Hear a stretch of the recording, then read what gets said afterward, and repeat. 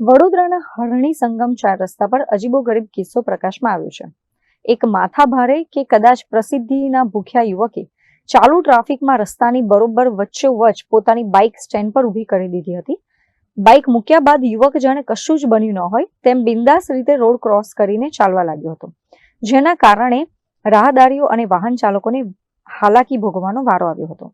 Vadodara traffic police હવે આ યુવક સામે કેવા પગલાં ભરે છે એ હવે જોવાનું રહ્યું।